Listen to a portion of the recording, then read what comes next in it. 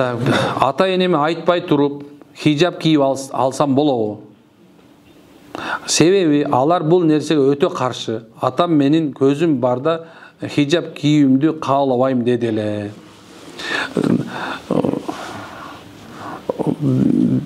Атаңыз Кудайбы? Апаңыз Кудайбы? Бул Кудайдын буйругу да, бул атаңыз энеңиз эмес. Алар разы болобу, нааразы. Лукман сүрөсүнүн башталышында эле Алла Таала өзү айтат Куранда. Ата энеге баш ийүү жөн айтат. Ана эгерде алар өкүмгө каршы болсо, биз аны аткарбайбыз уже болду. Биз аны хижаб кийебиз. Хижаб кийет деген сөздү мындай үйүңүздүн ичинде кийип албаңыз. Үйдүн ичинде кадимкидей жүрө бересиздер. Үйдүн ичинде эч качан эмне кылбайсыздар, жанагындай мындай каалагандай жүрө бересиздер үйдүн ичинде. Бирок качан сыртка чыкканда жабыныш керек болот. Үйүңөргө бөтөн эркек келсе жабынып койгула. Калган үйүңөрдүн ичинде хоть кандай топик менен жүрө бер, ал проблема эмес. Ушундай да, анан бизде үйдө да кийип алышат да, анан ары бассаң шелпейип көрүнөт, бери бассаң шелпейип көрүнөт аларгачы. Ушундай ушундай жок болчу. Караса кемпири чачы боякта турат, субханалла. Оозун тырмагы кызыл, биямон түп сыгылып алган мондай. Анан эмне кылат тура? Хижаб кийген соң алардын реакциясына кандай жооп берсем болот? Алардын реакциясынабы? Күлүп коюш керек. Күлүп коюңуз, машалла. Ата апа рахмат деп коюш керек. Силерди машалла сыйлайм. Анан урушпаш керек. Дин үчүн негизи урушпаш керек. Мисалы мындай да, атаңыз апаңыз ай кийбе, ушундай десе, эмнеге кийбейт экен, ушундай баштасаңыздар, атаңыз мисалса капырдын сөзүн сүйлөп алышы мүмкүн. Ушул силер жүдөттүңөр деп ушундай бир сөз айтса, имандан чыгып кетиши мүмкүн. Анан мусулман болбой калат. Ошон үчүн дин жөнүндө талашпагыла. Эч ким менен тартышпагыла, урушпагыла. Бир да адам менен талашпагыла, подружкаңар менен да талашпагыла, түртүшпөгүлө, доказать этпегиле. Вообще эчтеке доказать этпей койгула. Ушул боюнча жүрө бериңиздер. Машалла жакшы жагыңызды көрсөткүлө болду. Мен кийдим дешке, мен баяда бир эме айттым эле да. Кандай десем мындай эме кылыш керек да. Биз өзүбүздүн жакшы жагыбызды эле көрсөтө беришибиз керек. Анан алар менен талашып, тартышып, жок меники туура, сеники туура эмес деп айтпагыла. Сен да келесиң деп коюш керек буга. Анан өз ислам ушундай, ислам деген сөз тынчтык да. Бирөө менен агрессия болуп, аны менен талашып, анан мынакей силер ушундайсыңар, бир нерсе айтса доказать этип эле ушундай силер фанатсыңар, фанатичкасыңар, силер ушун жок мындай сөзгө апарбагыла аларды. Ушунду фанатичкасың деп айтты, автоматически болду, имандан чыгып кетиш коркунучу бар. Имандан бир өзүңдүкүн талапты шарият айтам деп атып, бирөөнүн шариятынан чыгарып саласың. Ал мусулман болбой калышы мүмкүн. Ошон үчүн машалла мен ушундай мага жакты, у меня стиль такой деп койгула болду. Бүттү, стилиңер ушундай. Мен стилим момундай мисалсы. Кээбилер айтат, молдочо кийинбейсиң, анан кана башында сел, мен ушундай кийим келип атат. Ошондой, главный жыланч эмесмин. Ошондой. Мындай проще эле болуш керек. Ислам ушун проще эле. Жөн эле талашып, тартышпай эле, кандай жагып атса ошону жүрө бергиле. Исламда жүрөт ушундай. Келип аткан адамдар болсо, суроо сураса, мындай так туура далил менен мындай бир кызыктырып жооп бергиңиздер. Жөн эле кийсең кий, кийбесең кийбе, жок, андай эмес. Шариатта аял кишинин баары кийиниш керек. Бирок эмне экен, ошол подходду ар кандай кылышыбыз керек, машалла. Жолдошум менен 5 жыл мурда жашаган, жолдошум менен 5 жыл болду жашаганыбызга. Үтүр точкасы жок экен, ошон уруп атпайм. 2 кызыбыз бар, мамилебиз өтө начар. Жолдошум динден алыстап баратат. Сараң, текебер адам, талак бербей жатат. Эмне кылсам? Так, ошондо 5 жыл жашаптыр да уже. 2 кыз бар экен. Көрүп калыпсыздар сараңдыгына уже. Текебер адам болсо баратса, анда даватка чыгарыңыз, иншалла. Даватка чыгарыңыз, карыз таксыр менен чыгарыңыз. Мына ошол чоң-чоң такып адамдар бар. Ошондой менен чыгарыңыз, аракет кылыңыз. Өзүңүз талап коюңуз. Мастуратка чыгам деп айтыңыз. Аялдар менен даватка чыккым келип атат деңиз. Мына ошондой кылыңыз. Анан сабактарга катыштырыңыз, ошондой. Дагы бир нерсе айтайын мына. Экинчиси, эч качан күйөөңөр менен сөз талашпагыла. Динди доказать этпегиле. Эркектин 2 нерсеси бар. Биринчиси дайым өзүнүкүн туура деп айтат. Экинчиси болсо, некен сиз никтостан алдында. Билесиңер ушуну? Баарыңар эле билесиңер да, туурабы? Эмне үчүн качан аял киши эркекке доказать баштаса, эркектин мындай айтканда жана анти деген нерсе, антизанос иштеп баштайт. Уже ручной тормоз басылат, и болду, баскан бүттү. Ошонткен сайын артка кетип баштайт. Сизден жакшыраак бир башка аял жакшы сүйлөп койсо, эмнекен ошону угуп башташы мүмкүн. Ошол себептен эң чоң нерсе ушул эки, күйөөңөр менен дин жөнүндө да, дүйнө жөнүндө талашпаңыздар машалла. Пикир айтып коелу болду, биздин пикирибиз ушундай болду машалла. Анан доказать этип, анан ызычуу салып, ушундай кылбаңыздар. Андан көрө күйөөңүзгө дуа кылыңыз. Эң жакшы нерсе бул дуа болду. Анан өзүңүз мындай даватка чыгалы, мындай кылалы деп айтыңыздар. Ассаламу алейкум ва алейкум салам. Акыркы күндөрү жүрөгүм кысылып, бир башкача жаман сезимдер сезе баштадым. Жакындарымдын өлүмү жөнүндө көп ойлор келет атат. Эмне кылсам болот? Алла разы болсун. Жок. Демек ушундай. Боореки мен өзү көп дем салган себебинен мындай өзүмчө жооп берип коерейинби? Мында шариаттын калыбына салбай эле. Бул көз тийип калган белгиси да. Аны мында жазганда ошо көз тийгендердин окшошот да. Жүрөгүм кысылып дегенде баса жазыптыр да. Бир башкача жаман дегенде жаман баса өлүптүр. Ушундай 6 белгиси тең ушул жерде бар экен жазганда элечи. Анан бул эме кылса, молдеке бар дем салдырып коюңуз иншалла. Бул жерде Касиде Нурмухаммад кары бар, ошого барсаңыз машина салып берет. Ассаламу алейкум ва рахматуллахи ва баракату. Менин атам союз убагында кызматта жүрүп орозо тутпай, намаз окубай каза болуп калган. Мен атамдын орозосун, намазын кандай учурда окусам кабыл болот. Мен өзүм орозо кармаган учурда намаз окуган убакта боло береби. Ушул темада түшүндүрүп айтып берсеңиздер. Алла разы болсун. Өтүп кеткен адам үчүн субханалла сиз намазын же болсо башка орозосун тутуп бере албайсыз. Ал сиздин мойнуңуздагы эмес. Ажыга барганда хажы бадал кылдырсаңыз болот, сообун багыштап. Анан аркасынан дуа кылыңыздар, болду, башка нерсе жок. Балдарды ыйлатпагыла, бери эбиз коңуздар. Ой, булар тажады уже. Кичине эс алдырып келе калыңыз. Эже, эс алдырып келе калыңыз тияк барбы? Машалла. Кичине боштондой кысылып калды окшойт бала. Иман сөзүн угуш деле бар. Анан өзү ушундай, бул ата эне үчүн жооп берилбейт. Атанын амалы үчүн бала, баланын амалы үчүн ата эне ахиретте жооп бербейт. Ошол эмесе соттун алдында да ошондой да жооп бербейт. Ошол себептен өтүп кеттир. Эми сиз колдон келсе алганын заманы бөлөк болчу. Алла Таала балким бир жакшылыгы бардыр, иншалла. Ошо менен кечирип жиберет, Кудай кааласа. Ассаламу алейкум. Аллахым сизден ден соолук, сизге бекем ден соолук берсин. Бийик даражада бейиштен берсин дейт. Келечектеги жолдошту кантип тандоо керек? Мен илим жолундамын. Илим жолунда эмес, бирок амалына бекем, адал иш менен алек менен тамак аш тапкан тийсе болобу? Илими менен иман алсыз болуп калабы деп корком дейт. Илим менен иманым алсыз болуп калабы дейт да. Так. Ошондо биякта жалаң аялдар да айтты. Өзү негизинде сизге бирөөлөр куда түшүп келет да. Сизге мисалы алса бирөө куда түшүп келет. Ошо куда түшүп келсе, анан ошо куда түшүп келгенине карайсыз дагы. Анан ата-энелер мындай да, кимдин келатканын билет да. Кээбилер мисалы алса, жана дүйнөгө берилгендер болсо, бул дүйнөсү бар, мунун контейнерлери бар, мунун мындайлар бар деп мындай критерий коюшу мүмкүн.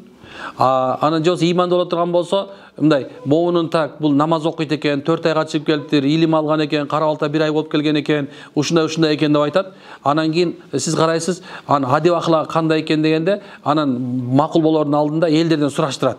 Элдерден сураштырыш керек да, ушул кандай бала, ушу кандай экен деп мисалы алса, эми кыргыз бир уч элебиз да, ким экенин билип калат бат элечи. Анан кийин субханым экен, ошону билип туруп, анан кийин ошол эгерде мындай карасаңыз эле красавчик болуп кала турган болсо эле, ошол эле ушул жарай берет деп тие бербейсиз. Ошонун баарын каратасыз. Үйдөгүлөр караш керек да. Сизге субхан ошондой айтканда эмени таап бериш керек. Анан кээ бирлер болушу мүмкүн, мисалы алса, мындай жанагындай бир карабай эле бир келсе болду, эми болду тие калбайсыз. Ушуну иманын карайсыз. Негизинде 3 нерсе болбосун деп алымдар айтат экен. Биринчиси теке сараң болбош керек экен. Саранга бербегеле кызыңар дейт. Экинчиси мындай жана алкаш же апийин чегүүчү болуп калбаш керек. Үчүнчү азарттуу оюндарга берилип калган болбош керек. Үчүнчүсү болсо ата-энесине, ага бир туугандарына мамилеси начар болгон копол жана адеби жок болуп калбасын дейт. Мына ушул 4 нерсени карайт экенбиз. Дагы бир жерде болсо алымдар айтат, эмнени карайлы десе, ошонун эмес атасын карагыла деп айтат экен да. Эгер атасы аялына жакшы мамиле кыла турган болсо, ошого кызыңарды бергиле деп айтат экен. Эми көп да айта турган илим китеп көп да. Бирок айтайын деген нерсем ушул эки, мына сизге кыздарга негизи эмне экен, ушул ата-энеси тандап берген жакшы болот. Жакшы бир мындай жакшы саналаштар дагы эмес, көчөдөгү бирөө эмес, же болбосо подружкалар болгону менен сүйлөшсөң жакшы жигит десе болбойт андай. Ата-энелер болуш керек. Бир туугандары таап бериш керек. Мына ошондо баарын карап, анан критерийлерди коюп туруп, анан мындай аны менен сүйлөшүп көрөйүн деген баягы зарылдыкты туудурат деп кээ бир илимдүүлөр азыр ушул мындай бул маселе бөлөк маселеге колдоно турган нерсе болчу, бирок азыр никеге да колдонуп башташыптыр да. Анткени эркектер да туруксуз болуп калды, багууда начар болуп калды, кээ бирлер ушундай бир укмуштуу жалкоо болуп калды, кээ бирлер бар экен кечке чейин пауж ойноп отуруп тура, мындай кечке чейин оюн ошол экен да. Мындай кечке ойнойт экен, анан кечине бир мал чыгып таксовать этип коет экен, болду экен да. Максаты да жок эркектер бар экен. Ошондойлордун баарын карап, мына тегерек четти карап туран алыш керек болот да. Ошол сиз мына ата-энеңер караган жакшы болот. Анан мен сүйлөшүп көрөйүн, бир нече күн жүрүп көрөйүн деген болбойт. Түшүнүктүү болуш керек, башка кандай экен. Ошо туура, бирок теги менен тезек кабы менен деп айтат. Ошо илимдүүгө тийген жакшы болот. Мисалы, бир биздин таекебиздин бир кызы бар эле, анан биздин эле таекем келип калганда сенин кызың ушундай бир баягыда бир жакшы бала бар берди. Анан мен каршы болуп туруп алдым. Айба каршы турдум. Эмнеге каршы болуп атасың? Кызды күйөөгө беришке өзүң айтасың го. Кыз эртерээк бойго жеткен беришке деп айтасың деп мени аябай урушту. Бирок мен такыр болбой койдум, анткени ал кыз бул жерде себатты окуп бүткөн болчу, жанагындай нерсе окууларын окуп бүткөн болчу, илим мындай эме болчу. Анан болбойт, бул бала чабан, бул болбойт, бул анткени көрүнүп эле турат да, болбосучу. Анан канча-мынча эме кылсак, анан макул болуп ошол бойдон бербей калышты. Мына азыр күйөөгө тийген, ошол жерде өзүлөрүнүн жамаатынан ошо өзүнүн окуп бүткөн, өзүнүн эмеси менен азыр мындай жанакы себатта бир жерде бир директор болуп калды окшойт ошол. Анткени ушул мына жакында да бир байке келди, бул эмемди баламны бул кызды алып берген айтам. Жок, бул кызды алганга болбойт деп турум. Жок, болбойт десем, эмнеге болбойт? Жок, болбойт, сизге болбойт, жарабайт десем, ойсу молдо эми ушу башым оорутпа, мен жашама, сен кийлигишип баштадыңбы деди да, алып берип койду. Субханалла, 5 күндүн ичинде кайра ажырашып кетишти. Бүт канча миллион сом, 1000 кишини чакырды, 2,5 миң сомдон бир столго койду. Мына ушундай нерсе болуп атпайбы? Ошол себептен мындай карап туруп, мындай бир алганда дагы, тийгенде дагы субханалла, өзүңөрдүн даражаңар менен эле тийгениңер жакшы. Даража десе мында менин даражам ушуну көндө көтөрүлө албайбы? Даража ылдый түшүрүп туруп эме алыш керек. Кээ бирлер бар да, менин колумда ушундай. Жок, илим мисалы, дин илимин алдыңбы? Мына ошондой. Анан кээ бирлер айтат эле, мисалы, бирөө ханафи, бирөө салафи. Андай да жакшы болбойт. Бирөө тарикатта, бирөө даватта. Аны улучшандар субханалла, жөн эле мындай эле өзүңөр тек-теги менен, акыр өзүңөр жамаатыңар менен эле ошондой өзүңөр түшүнө турган бирөөгө тийсеңер, машалла ошол жакшы болот иншалла. Эми айылы айтып атам. Анткени ажырашуу көп болуп кеткен себебинен болот азыр. Ассаламу алейкум, дуа кылып коюңуздарчы. Азыркы учурда сыноодон өтүп жатат окшойбуз. Жолдошум экөөбүз канча дуа алсак дагы, намаз окуп сурасак дагы урушуп жатабыз. Бирок үмүтүбүз үзүлбөйт. Экөөбүз тең ишенип келе жатабыз. Жүрөктүн тынчтыгын кантип табабыз. Экөөбүз тең Алла жолундабыз. Бирок кыйналып кеттик. Жолдошумдун кечиримин жана ыраазылыгын кантип алам? Мына жана айтып атпаймынбы? Бул нерсе ушул мындай кылыш керек да. Көп вакыттарда эгерде уруш болуп аткан болсо, субхана белек бериңиздер. Белек бергенге аракет кылыңыздар. Эркек деле аялдар бирине белек берсин. Белек бергенде көптөгөн пайда бар, машалла. Мухаббат бар. Дагы бир жерде пайгамбар саллаллаху алейхи вассаламга бир сахаба я Расулалла, ушунчалык ушу аялымдан тажап кеттим, жанына тургум келбей калды дегенде, пайгамбар саллаллаху алейхи вассалам ага ушундай айткан. Андай болуп аткан болсо, сен ошол эмеңдин аялыңдын кандай жаман жагы бар десе, айтат экен, мына момча ошондой жаманчылыктарын эсептеп бериптир. Анан пайгамбар саллаллаху алейхи вассалам, сен аялдын бир жакшы жагы барбы десе, ооба дептир, балдарын жакшы карайт. балдарым жакшы карайт дегенде, ошол мезгилде субхана пайгамбар мында ушул аялыңдын ушу балдарын жакшы карайт деген жагы бар экен, ушул жагын карап жакшы көрүп жашап деп айткан экен. Адамдын кемчилигин, эркектин кемчилиги, мисалы сиз мына ушул жерде сурап аткан эже, сиз күйөөңүздүн биринчи кемчилигин унутуп туруп, жакшы жагын караганга аракет кылыңыз. Иншалла Кудай буйрса, жакшы жагы дайыма адамга жакшылыкты көрсөтөт иншалла. Тажап кеткен жоксуздарбы? Болду, анда эстегем. Ассаламу алейкум ва рахматуллахи ва баракатуху.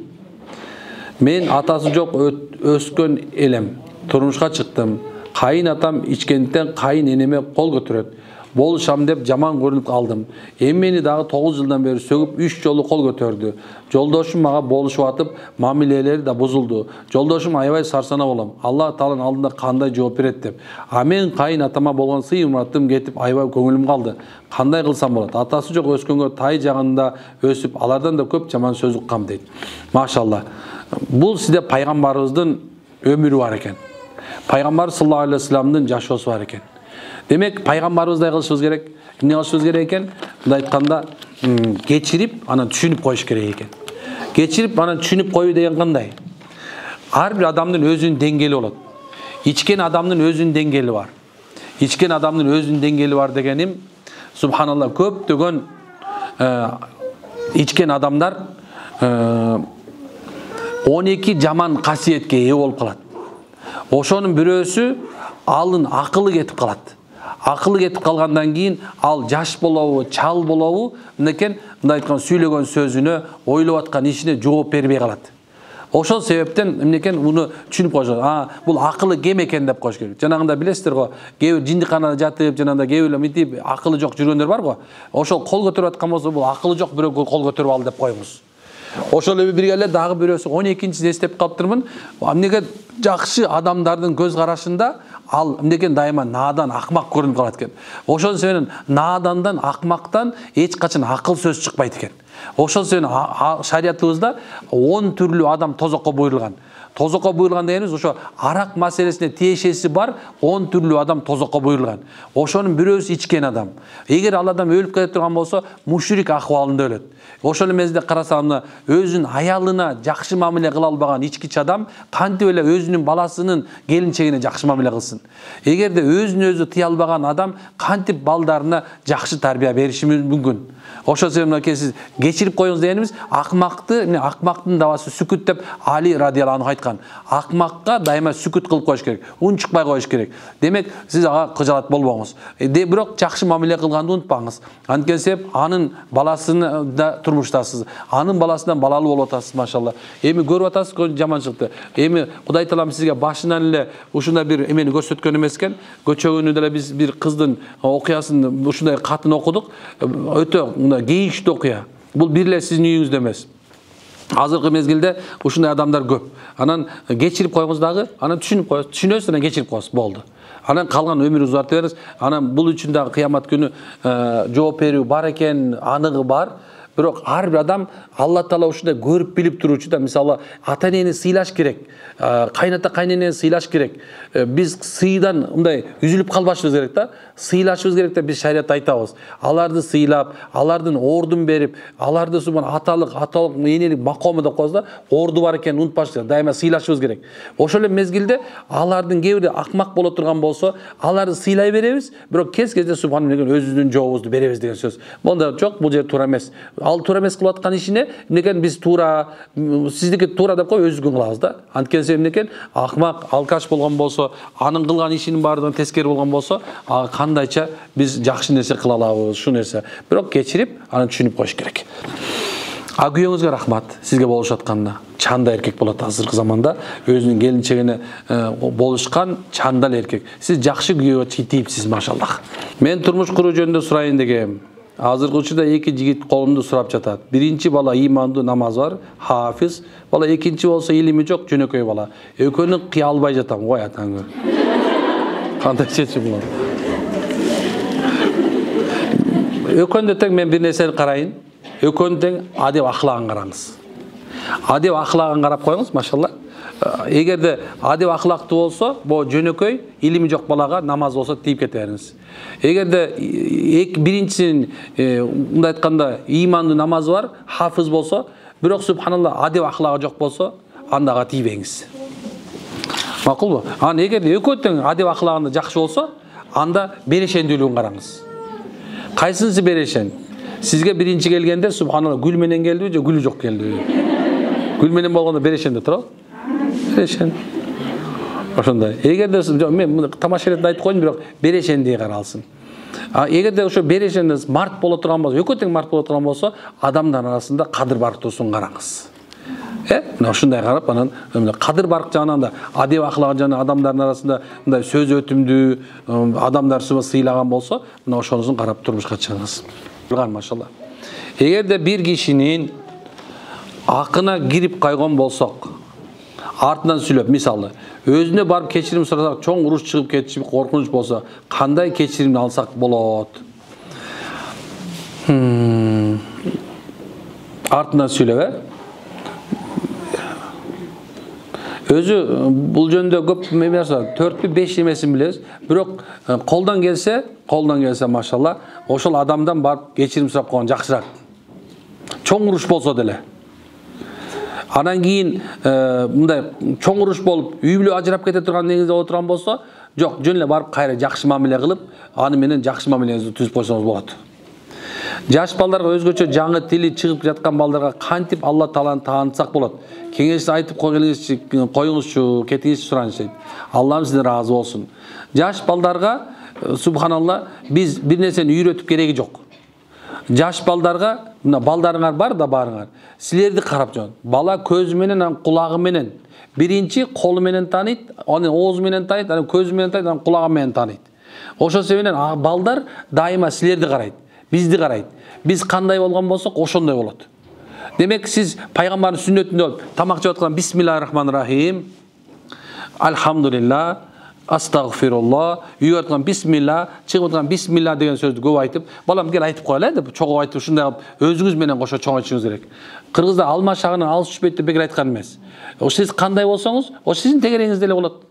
Эгерде күйөөңүз мисалы сиз сабатканы көрсөчү, унутпаңыз, такыр унутпаңыз. Сиздин келиниңиз да таяк жейт, Кудай буйрса. Эгерде сиз кыйкырып атсаңыз, мисалы кызыңыз бар, ошо күйөөңүз катуу кыйкырып аткан болсоңуз, сиздин кызыңыз да Кудай буйрса, мынекей өзүнүн күйөөсүнө кыйкырат. Ошол себептен балдарга үйрөтүштө өзүң эме болушуң, мугалим болушуң. Кандай бассаң ошондой басат, кандай турсаң ошондой болот. Ушундай. Керек болсо мисалы энени балага качан тарбия бериш керек десе, мынекей ошол эненин ичинде бала болуп турганда эле, бала эненин ичинде. Келерек бул дүйнөгө. Бирок сиз эмнеген күйөөңүз жөнүндө жаман ойдосуз. Бир тууган жөнүндө жаман ойдосуз. Ата энеңиз жөнүндө жаман ойдосуз. Коомдо мындай негатив менен жашайсыз. Бир нерсе жактырбайсыз. Бул нерсе балага өтүп калат. Түшкөндө эле ошол нерсе пайда болот. Эртең сизди да жакшы көрбөй калышы мүмкүн. Ушундай нерсе. Керек болсо эмне эненин ичинен башталат, төрөлгөндө эмес. Эми асмаи хусна, асмаи сифат деп коебуз. Алла Тааланын зат сыпаттарын мисалы алса үйрөтүп коюшубуз керек. Эми аны мисалы акылы толуп калган мезгилде мисалы алса пайгамбардын хадиси бар. Кимде ким Алла Тааланын 100дөн 1 кем 99 ысымын жаттаса, мааниз маңызы менен бейишке кирет деген. Демек ошону жаттатып коюңуздар. Мисалы алса, мына ёлка балаты эң эле коозун карачы деген сөздү баары жаттап алганбыз да. Мисалы садиктерге берип атасыңар. Садиктерге бергенде жакшы садиктерге бергиле. Мындай мусулманчылыкты үйрөтүп турган, адеп ахлак, тамактар адал болуп турганда бергиле. Ошондой нерседе баарыңар азыр тил үйрөнүп атасыңар. Английский тил үйрөтүп атышат, испанский үйрөтүп атат, французский үйрөтүп атат, орусча үйрөтүп атат, субханалла. Тилди үйрөнүп алды, бирок эмнекен тилде туура ал бир тил билди деген сөз ал жашоо жашында айткан бир жакка келип алат. Бирок иман болбосо, тилди үйрөтүп ала турган болсо, эртең мисалы алса эмнени кылып атканын билбей калышы мүмкүн экен да. Ошол себептен жакшы жерге бергенге аракет кылыш керек, машалла. Мына ушундай. Баланы тарбиялашта, бир нерсе үйрөтүштө сиз гана өзүңүз гана үлгү боло аласыз, башка эч ким эмес. Сиз эле. Балаңызды мисалы алса өзүңүз жол салып жүрсүз да, кызыңызды жол салдырып коерсиз. Өзүңүз эме атасыз, зикир атасыз, балаңызга теспе берип коюңуз, жаныңызга келип отур. Намаз окуп атасыз, кел аркамдан намаз оку. Ушинте берсе, мен деле өзүм азыр мисалы алса 4 эме балам бар. Мисалы алса, ошо балдар менен сүйлөшүп атканда кандай сүйлөшөбүз? Мен деле мындай чапкылап, тигине кээбир уруп коет элем, бирок азыр андай эмес. Балки жанымдар. Кел, тура, кел намаз окуйлалы, кел минте кылалы, тигинте кылалы, минте кылалы. Ошентип ушундай окуп аткан. Мисалы мен мечитке бир иш менен үйдө отуруп кала турган болсом, балдарым велосипед тептип мечитте чуркап жүрөт. Барып, ал мечитке келип туруп, мындай атат, анан кайра келип туруп, атака сиз мечитте болгон жоксуз го дейт. Имам башка киши болду дейт. Мен имаммын да мечитте. Сиз мечитте башка киши имам болду дейт да. Аны уялып калат экенсиң. Өзүм үйрөт, анан өзүң биринчи барганга аракет кыласың да. Карап, балдар бизди карайт экен да. Ошондой. Түнү ойгонуп калганда кээ бир учурда байкайм. Музыка ойнойт в голове дейт. Жашоодо укпаганы аракет кылам. Атайын эч укпайм. Коркуп кетем кээде. Эмне болушу мүмкүн? Ойгонуп калсам сразу зикир айтам. Бирок ошол эле учурда параллельно музыка ойнойт кулагымда дейт. Кошунаңызды ойлойт. Музыка аткандар кошунаңызда. Кошунаңыздын баласы көбүрөөк. Эми турайм. Бул кичинеме алып койдум. Мындай боло турган болсо истигфар көп айтыңыз. Анын негизинде истигфарга аябай көңүл буруңуздар. Астагфирулла деген сөзгө аябай көңүл буруңуздар. Анткени истигфарда чоң бир маани жатат. Алла мени кечир деген сөздөөчү көп маани жатат. Биз ойлойбуз да, мисалы астагфирулла деп айтып койсом, эмне өзгөрөт? Кандай көрсө, астагфирулла деп айтканда адамдын бүткүл денеси өзгөрөт. Кээ бир азыр мисалы баарыбыздар клинический испытание алып калбадыбы? Мына ошол бир адамга бир отургузушуп туруп, баштарын баарына жана мындай мээни текшере турган аппараттарды коюп туруп, анан жүрөгүнө бүт жерине коюп тургандан кийин астагфируллахту, келме ла илаха иллаллахту зикирди кылдырганда, жаман ойлордон арылып, я Алла кечир деп дуа кылганда койгондо адамдын денеси толук өзгөргөнүн көрүшкөн. Балки жөн эле өзгөргөн эмес адамдын денесичи, жашарып кеткен да. Жашарып кеткен. Кээ эле намаз окуган адамдарды бул аябай нурдуу, карасаң башкача дейсиңер го, байкасаңар ушуну. Өзүңөр эле көрүп каласыңар, бул башкача депчи. Эмне үчүн? Анткени себеп ушундай бир жакшы сөздөр, мындай кыргызча айтканда жакшы сөз кандай эле? Жан эртет, жаман сөз жан кейитет деп көрсө, жакшы сөз көрсө адамды мындай эргитип салат экен да, дүйнөсүн өзгөртүп салат экен. Бул азыр мисалы алса, кээ бирлер мына өзүңөр деле эмет көрсө мындай болот да. Качан мындай телефонду өчүргүлө, 3-4 күн телефон менен сүйлөшпөгүлө, колуңарда теспе болсун. Эми көп убакта аялдар үйдө болот да, отуруп зикир менен, намаз менен, Куран менен алек болуп туруп, анан кийин бир мындай адамдар менен сүйлөшүп көрсөңөр, жөн эле адамдар менен жөн эле сүйлөшөңөр. Ал адамдаргачы мындай бир алардын акылы жетпеген нерсени сүйлөп атканыңарды байкайсыңар да. Эмне үчүн деп көрсө, адамдын зикир менен, кечирим суроо менен, дуа менен, намаз менен адамдын жан дүйнөсү өзгөрөт экен да. Ошол себептен мисалы эми эң чоң биздин мындай душманыбыз адувулла, Алланын душманы, мындай каддабул алим дейт. Ушундай чоң бул калпычылардын эң улуусу болгон шайтан дагы качан адамга васваса, ламма сыртында болгон мезгилде, азгырык салып аткан мезгилде, таква, Кудайдан корккондоргочу эмне кыла албайт экен, кол сала албайт экен. Ачык айкын Курандын маанисинде шайтан айтып аткан, Алла сен пенделең менен азгырам десе, бар азгыра бер деп Алла айтып атат, бар азгыра бер. Бирок алардын ичинде такваларга сен кол сала албайсың деп Алла өзү айтып койгон. Көрдүкпү андай нерсе? Көрсө ушул зикирге мындай биз мындай жөн эле жолук эле эмес. Авалги жашообузда субханалла мындай бир жүрөгүбүздүн тынчтык, чыныгы бакыт негизи жүрөктөгү тынчтык деп эсептейм менчи. Жүрөктөгү тынчтык деп эсептейм дагы көп убакыттарда адамдарга мындай зикир кылган эме кылам да, жүрөгүңөр тынчтык алып келет деп. Зикирдин 1000ден ашкан пайдасы бар. Ошол эле мисалы истигфардын да 1000ден ашкан пайдасы бар. Астагфирулла деген сөздөн эле адамдын жашоосу өзгөрөт. Ошо шайтан кол сала албайт, ыйлап баштайт. Шайтан ыйлаган нерсеси ушул. Качан сиз кечине жатарда астагфируллахуллази хувал хайюл койюм ва атубу илейк деп жатсаң, шайтан көзүнөн кан агып кетет экен.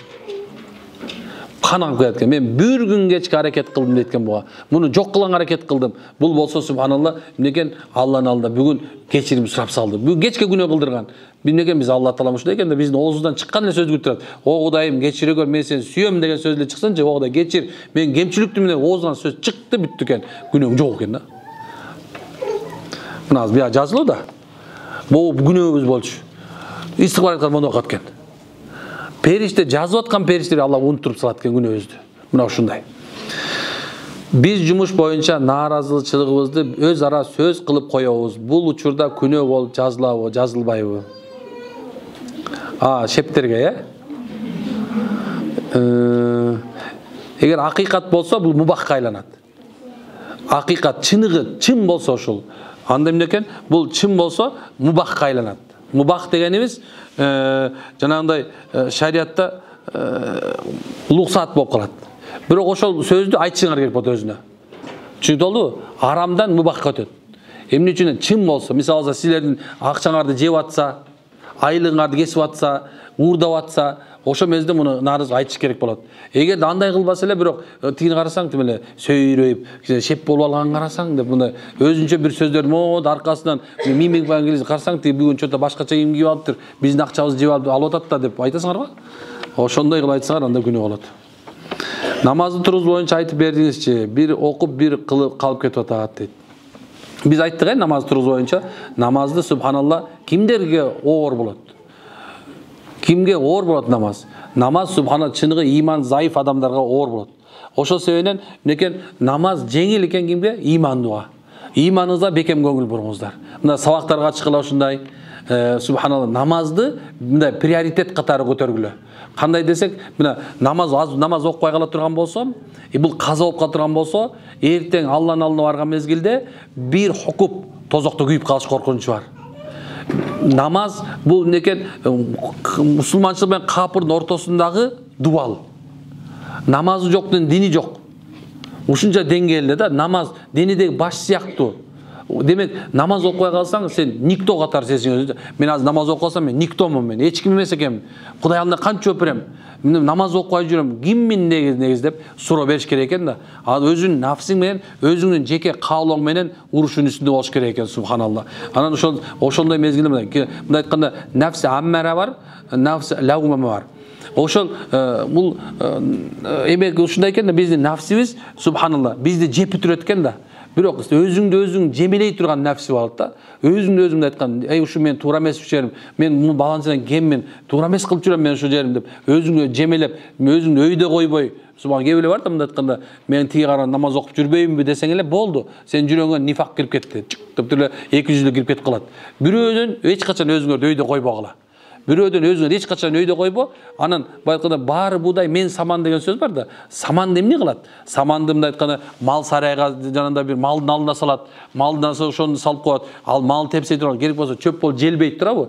Бирок буудай канчалык деңгээлде? Ал мüşөктөргө салынат, кампага сакталат, бирин сакталат, анын ун болот, ундан нан болот. Анын даражасы чоң да турабы? Демек, менден башкалардын баардыгы ушундай буудайдай. Мен болсо саман эч ким эмесмин деген чүрүк келе турган болсо, сен Алланын алдына эч качан намазды калтырбайсың, субханалла. Бирок эми кээ бирде ушундай болот. Кээ бирде мындай иманыбыздын нуру, иман бул нур да. Биз азыр сабакты угасыңар да иман нур көтөлүп кетет. Көтөлүп кетет да намаз окуп келип баштайт, зикир кылып келип баштайт, күйөөңдү барып сендей болобу деп өпкөлөп баштайсың. Иман нур көтөлүп кетти. Иман нур түшүп кеткенде субханалла эмне болот экен? Тескерисинче окусамбы, теспени кармап айтсамбы, айтпасамбы, Куранды карап жанына жологоң келбейт, күйөөңдү көрсөң сөккүң келип баштайт. Ушундай болот. Күйөөңүздү макташ да бул иман деңгээли болуп эсептелет. Күйөөңө каяш айтып, аны укпай атканда иман деңгээлиң болуп эсептелет. Ушундай. Кээ бир аялдар намаз окуйт, бирок айтат, мен дейт ушул бир намаздын рахатын көрө албайм. Намаз окусам эмнедир жүрөгүмдө мындай бир как будто эчтеке жоктой эле 200дөй сезе берем, кайф ала албайм дейт, мындай айткандачы. Десе мен бир нерсе бар. Ибн Аббас радhiyallahu anh бирөө келип айтат экен, пайгамбар саллаллаху алейхи вассаламдын тууганы, мен намаз окуганда бир аял келет экен. Намаз окуганы келгенимде дейт, эч качан бир рахат ала албай атам. Бир рахат мындай бир намаз окуп атам, бирок эмне коркунуч жок, сүй жок, бир ишим намаз окугандай болбой атам. Десе айтат экен, сен күйөөңө кандай мамиле кылып атасың? Десе эми айтат экен, мен намаз менен күйөөм менен мамиле эмне тиешеси бар бул жерде? Десе айтат экен, эгер дейт, ошол бул тиешеси чоң дейт. Эгер субханалла сен күйөөң нааразы болуп калган болсо, эмнекен эч качан намаздын рахатын таба албайсың дейт. Ушундай, ушунчалык деңгээлде. Бизде кассага акча жетпей калат. Ошол убакта биз киоскны курска чачып коебуз. Ошол акысына кирген болобу?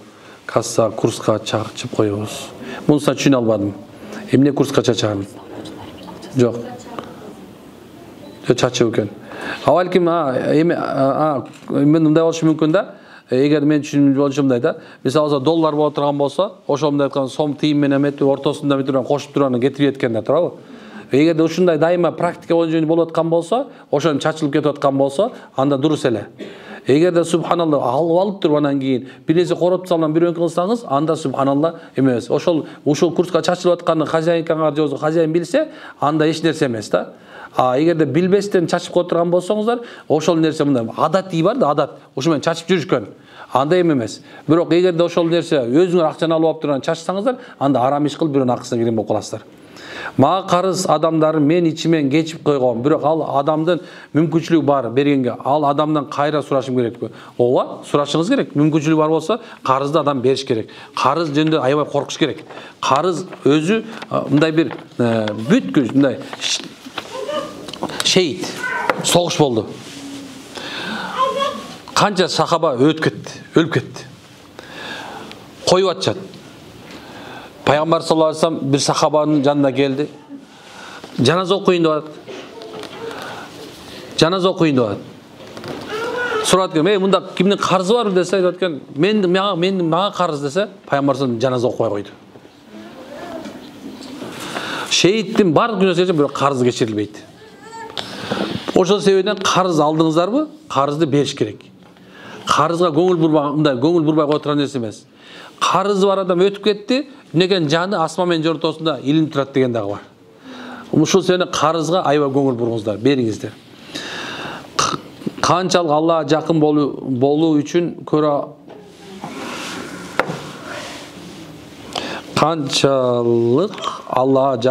үчүн көрө албастын таарыныч сыяктуу терс сезимдер кантип барса. Көрө албастыктан таарыныштан бул мындай көрө албастык жети сезимдин бирөөсү. Бул нафсинин куралдары болуп эсептелет. Ошол себептен көп аалымдар керек болсо кетип баратканда мындай жанагындай бир көзүн көтөргөн эмес экен. Эмнесе бирөөнүн үйүнө, жайына көз түшүп калбаш үчүн. Биз пенделер ушундай, дайыма атаандашы менен жашайбыз. Ошол себептен көрө албастыктан кутулуу өтө оор экен. Эми ошо көрө албастык мисалы бирөөнүн күнү бардыңыз, үй салыптыр. Субханалла, эмне үчүн бул салды, эмне үчүн мен сала албайм деген нерсе. Хасат бар, ошо көрө албастык эки гана улсаат, калган бар арам болуп эсептелет. Улуксаат ушуреки бир адам бай болуп, садака зекет берип атса, жер үй салып атса, жанында бир мечит салып атса, жол салып атса, мен эмне үчүн ушундай кыла албайм десеңиз болот экен. Экинчи бирөө илим алган болсо, мен үчүн илим ала албайм деп кызгансаңыз болот экен. Мындай кызганып хасат кылсаңыз болот экен. Бирок калган учурда бир дагы адамга кызганыч жана хасат кылган некен болбойт, арам экен. Эми мындан кантип кутулабыз десек, субханалла, ошол адамга ушундай бир адам болсо, машалла, баракалла, табаракалла, Алла таала бериптир, машалла, көз тийбесин сизге, Кудай таалам жакшылыкка жеткизсин деп, ошо жакшылык каалоо менен иншаалла. Бул ошон менен да бир нерсени унутпаш керек да эсиңерден. Эгерде бир адамга бир жакшылык берилген болсо, ал жакшылык ошонуку, сиздики эмес. Ушун бул менин жакшылыгым эмес. Мен мага берилбейт. Муну Алла жакшы көрүп муну берди.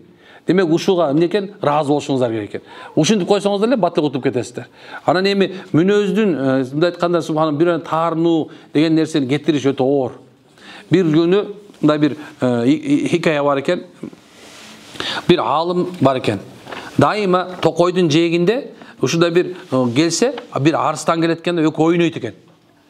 Ойноп, анан токойго тиген бир бер жакка кеткен. Эми ойлой да, анын тилин билет, ойлогон Алла билгизди, субханалла. Анан бир күнү баягы ойноп аткан мезде арыстан үстүнө мындай бир деп кыйкырып баса калайын дегенде коркуп кетти, колуна тиген таяк менен баштан бир коюптур. Десе, баягы эме арыстан токойду көздөп, жуңгүлдү көздөп качып кеттир дагы, баягы адам калыптыр. Bir neçe vakittayın kayra gütüp karasa bayağı arslan çıkıp kayra oynamazdan mınday karap karasa bir anda şıram kalıp kalan iken deptir subhanallah bayağı da men katı çay uygen yerden şıram kalıp kalgan turbayбы dese subhanallah bayağı arslan aytat demiş ova deyt bul şıram ayıktı deyt bирок бол жерде şıram ayık арек деген экен да. Ошол себеп мисалы болсо кээ бир адамдар мисалы бир бакка субханалла мыкты кага бере турган болсо да бул жөнүндө көп нерсе бар. Бирок мыкка кагып тургандан кайра suuruй турган болсоң ал жерге кимде экен ал орду баягы калат да турабы? же болсо бир айнек идишти сынап турган болсо, муну килейлесең деле баягы сыныгы көрүнө берет да, туурабы? Ошондой эле адамдын жүрөгү өлүп кала турган болсо, бирөөнү таарыныч болуп кала турган болсо, аны килейлеп же бир нерсе алып кетире албайт экен. Ошол качанга чейин, качан ошол адам мени кетти, кечирип коюңуз, мен туура эмес экенин билдим дегенде баягы адам жүрөгүндө ушул мындай ыраазычылык болсо ошондо келет экен. Ошол себептен эгерде бирөө таарынып калган болсоңуз, субханалла, эмне аны кечиргенге аракет кылыш керек. Анткени караңыздар, пайгамбар саллаллаху алейхи вассаламды сиз мына ушул отурган баары мусулманбыз да, мусулманкаларбыз. Эми караңыз, мусулман аял болсоңуз, пайгамбарды сүйсөңүз, пайгамбар саллаллаху алейхи вассалам өзүнүн бир тууганынын мындай өлтүрүп туруп, анан өлтүргөн жөн өлтүргөн эмес, заказ менен өлтүргөн. Заказ менен өлтүртүп, анан кийин төөдөн кулатып түшүртүп, анан жанына барып тилин көзүн чукуп, анан жөнтүрбөй ичин жарып туруп, боорун сууруп туруп чайнаган болчу. Хинт деген. Туура билесиңер. Ошол ушунчалык кылгандан кийин дагы эмне экен, пайгамбар саллаллаху алейхи вассалам ошону кечирген. Бир тууганы, биз бир тууганын бир нерсе койсо кечирбейбиз, туурабы? Эми ойлоп көрсөңүздөр, пайгамбар ушундай кечирип аткандан кийин биз дагы ушуну кечиримдүүлүктү моюнга алышыбыз керек иншалла, туурабы? Демек ушул жакшы, ушуну көңүлдүү бура турган болсок, ушундан сезим менен кутулабыз иншалла. Хаждан кийин сөзсүз ороnuş керекпи? Аллах ыраазы болсун. Хажга чейин эле ороnuş керек. 9 жашка келдиң болду, оронушуң керек болду. Ал хаждан кийин, хажга чейин деген сөз жок. Бул өзү аял киши өмүр бою дайым такай оронуп жүрүш керек. Ушул нерсе. Анан муну бир нерсеге байлабагыла. Хаждан кийин, намаз окуп баштагандан кийин, анан тийин, андай эмес. Аял киши оронуш керек баштан. Хажга барып келсең тим ойлойт уже. Уже кенен кишиң андан бетер. Куран түшкөн, пайгамбар төрөлгөн жерге барып алып, анан кайра келип эле бая тас кейип кийип алсаң, анда жөнөкөй эле эмеге барып келдиң анда. Эмне эле? Саякатка барып келдиң. Ошондой. Аллах менен болгон байланышты кантип бекемдүү жана туруктуу кылууга болот. Жана айтып бердик муну. Аллах менен болгон байланышты кантип бекемдөөгө жана аны туруктуу кылууга болот. Аллахты сүйүш керек.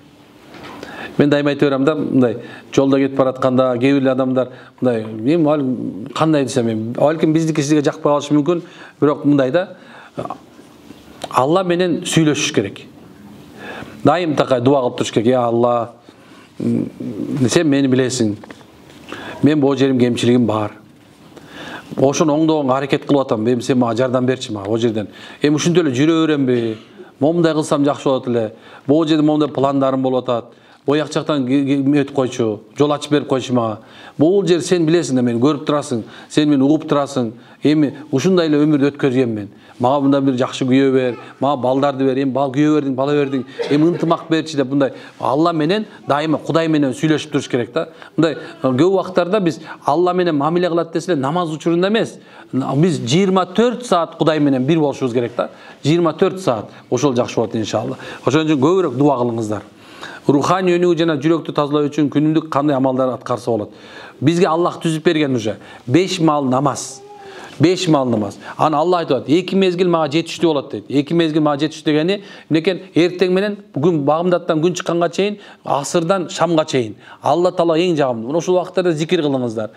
Анан Алланын китебинен күнүнө жок дегенде бир пара Куран окуганга аракет кылалы. Бир пара Куран. Сөз окуганга аракет кылыш керек.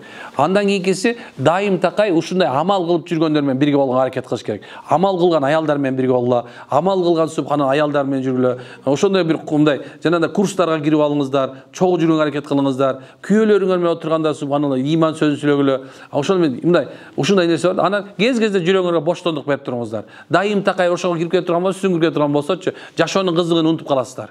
Ошону жашоонун ичинде мындай диний жашоонун ичинде дагы ошол диний эле мамиле менен күйөөң бар экенин унутпаш керек, аялың бар экенин унутпаш керек, күйөөң бар экенин унутпаш керек, балдарың бар экенин унутпаш керек, ата-энең бар экенин унутпаш керек, жорол жолдош бар экенин унутпаш керек, ошол эле мезгилде жана туугандарың бар экенин унутпаш керек, ишиң бар экенин унутпаш керек. Мына ушул мындай айтканда Алла менен дагы анан пенделер менен болгондо мамилеңерди дин менен кыла турган болсок, машалла, дайым такай 24 саат Алланын дининде жашаганын катарында болуп эсептелесиз иншалла. Жана амалыңыз улана берет. Бул эме экен, жат жазуу экен. Ассаламу алейкум устаз. Менин суроом, эгер апаң сен тандаган балага каршы болсо, эмне кылыш керек? мен 3-чү курска окуйм, анын абалы начар дегендей кылып ага бергиси келбейт. Ал бала менен сүйлөшүп жатасыңбы дегенде жок деп коем. Кол кармашып калганда да күнөө деп корком. Намахрам 5-чи курска чейин тийбейсиң деген. Ага чейин айтпай нике кыйдырып алсак болобу? Жок, болбойт. Биз тагдырдычы көп убакыттарда өз алдынча чечип алышып, анан ушундай мындай кандай десем, нике кыйып алып анан кийин сүйлөшүп жүрө берсек, жок, андай болбойт. Никенин өзүнүн бир эмеси бар. Мындай айтканда тазалыгы бар. Никенин кадыры бар, барктуулугу бар. Унутпаш керек. Нике субханалла ушундай нерсе. Нике бул мындай бир жол кылса жакшы болот. Бир жолу Кудай Таала тарабынан мындай сизге берилген бир неемат. Ошон үчүн нике кыйдырганда мына ошол эркектин дагы анан сиздин да ата энеңиз болуш керек. Анан ошол жерде махыр калың чечилиш керек. Калың десе азыркыдай жана iPhone сурап атпай, ал туура эмес ал. Ошо кыз кишине ата энесине берип аткан жана калың бар го, ошол деле калың катары өтүп кете берет, бүттү. Андан чыкар деле кереги жок. 10 грамм алтын деп эсептейбиз, азыр болсо бир 50-60 миң сом болуп калды. Ушундай эң азы. Анан өйдө кете берет. Дегеним ошондой болуш керек. Анан ошо эркек киши, мисалы сизди алганыңызды жарыялап коюш керек. Мен баландай кызды, баландайды алдым, мына мен турмушка алдым деп, мынекен сиздин субан жашооңузда мындай айтканда жол ачып бериш керек. Эртең боюңузда болуп калган болсо, жашыруу нике менен, эмне кылыш керек болот аны? Анда субхана эмне кылыш керек болот? Алдырыш керек болот. Мисалы жана атын өчкүр 14-февраль деген бар. Мына ошол күнү мен мындай айткан, бул күндү мисалы мындай бир бузукчулук эмес, өлүм күнү деп коем мен муну. 14 февраль өлүм күнү деп коем. 8 мартта мен өлүм күнү деп коем. Эмне үчүн дегенде ошо күндөрү Далай деген кыздар бир кичинекей гүлгө алданып туруп, анын боюнда болот дагы, ошо менен эмнекен канча деген субханалла балдар роддомдордо жанагындай кичинекей балдар өлө турган күн болот. Ошо жаназа күнү ал. Ушундай күн, жаман күн. Эми ошондой мисалы алсаңыз, сиз 3-чү курстасыз, тиги 5-чи курста, эртең бүтүп алып бир жака кетип калат, сиздин мисалы орто жолдо калып каласыз. Аялдардын укугу нике менен бекемделет.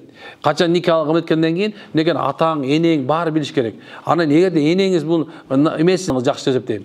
Сиздин азыр никеге чейин баардык некен сүйүү болуп эсептелет, жактыруу болот. Бирок чыныгы качан ошо баргандан кийин жана башында жана сурабады менден, кандай критерий менен күйөө тийсем болот депчи. Ошол критерийлер болуш керек ошондочу. Азыр мисалы актерлор. Мына сиз да актрисасыз, тиги да актер. Азыр өкүңөр бириңер жанагындай мындай бир эмедеги сахнада ойноп атасыңар. Сиз баландайка, мен сенсиз жашай албайм го, ушундай, сен ушундайсың, сен күнсүң, сен айсың, анан ушундайсың деп эле сабак кулагыма бүт нерсени илип койдум. Онда чоң болуп калды ошочу. Сен ошону тийин келип атат. Анан кийин качан эле субхана бай кыргызда жакшы сөз бар, алганга чейин алтыным, алгандан кийин катыным деген, туурабы? Бул жерде мисалы барсыңар бир жоктон бир 10% отурушу мүмкүн ушундайчы. Анткени ошентип алданып калып, анан эми субхана эмне кыларын билбей аткандар толтура. Бар толтура, ушул жерде отурат. Кудайым сактасын, эми жакшылыгын берсин дечи. Бирок айтайын деген нерсе болуш керек ки, эмнекен апаңыз же атаңыз ыраазы болбосо, тийбегениңиз жакшыраак болуп эсептелет. Эми жерде акыбалына балким жерде айтыптыр, мындай жанагындай бир колунда жок, колу жука деп бербей атат, тигине мындай деген мүмкүн да, туурабы? Жок, андай бул жагы эмес, балки ошол мынакей бул 5-чи курс экен. Эгерде ошол чынында эме кылгыңыз келсе, келип куда түшсүн, анан сиз ошого мен тием ушуга десеңиз, ата энеңиз каршы болсо дагы сиз тийсеңиз болот анан. Макулбу? Куда түшпөсө, өз алдынча нике кыйып алып, кол кармашып жүргөн улуксаатпы десе, мына корккон боюнча эле калып калыңыз. Кызым ДЦП оорусу менен ооруйт. Дуа кылып коюңузчу. Эмилбекова Сафия Ирлановна. İnşallah Allah'ım şifa versin. Allah'ım Rabban naz adıhi bilbaz ve şifa'nta şafila şifa ile şifa sakam. Mağa 3-4 yıl murun tuş kirgen, tüşümden bunda iş kirgen deydi. Kabanın içine girip men al zamanı unuttur. Kur'an'a vardı. Oku deva aytkan eken deydi.